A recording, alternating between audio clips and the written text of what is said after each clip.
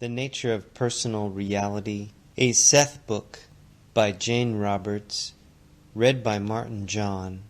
Part 2, Chapter 19.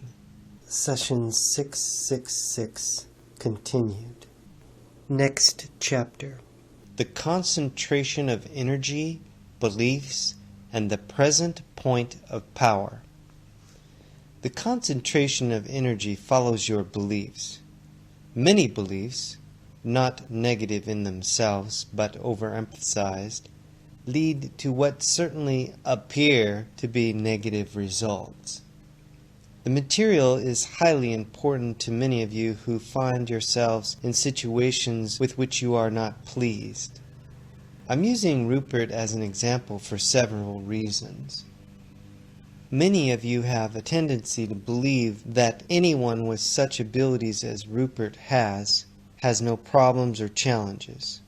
Rupert has often said, "Some of my correspondents expect me to be completely healthy, wealthy, and wise, and indeed beyond any human feelings," and he is quite correct.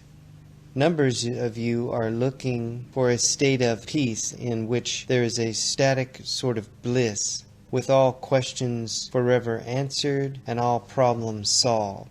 Some of you think that this will somehow be Miraculously accomplished for you. If you recognize the power of your own being, you would know that it ever seeks greater realms of creativity and experience, in which new challenges are inherent, for all problems are challenges.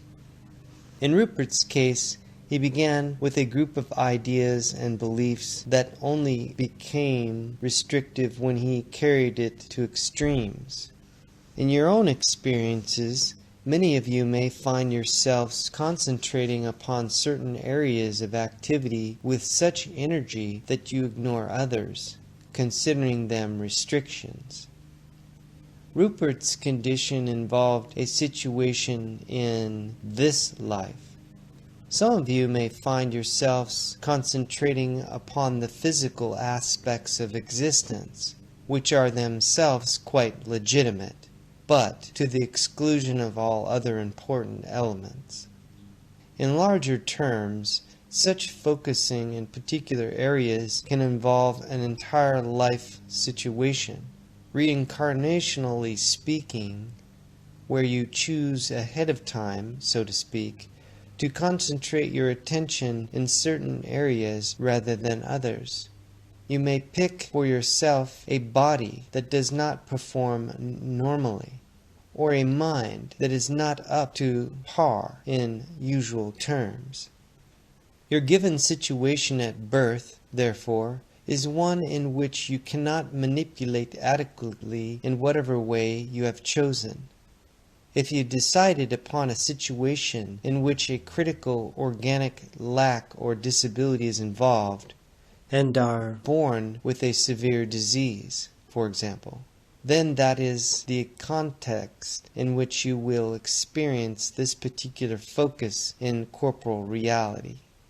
There will be a reason for it, and that reason will lie in those abilities that you have left free and open for yourself to pursue. All existences are simultaneous. Within the bounds of creaturehood, certain things are possible and certain things are not. You cannot regenerate a limb or grow a new one. You can cure yourself of an incurable disease if you realize that your point of power is in the present. Whatever your situation, you have chosen it for a reason.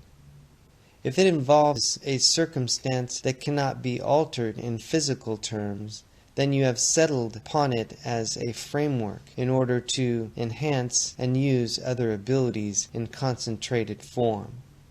The main point is not to concentrate upon the liabilities, but to pursue those abilities that you have, for the great energies of your personality will be directed in those avenues. That is the end of dictation. Peace, light, and love. Aloha.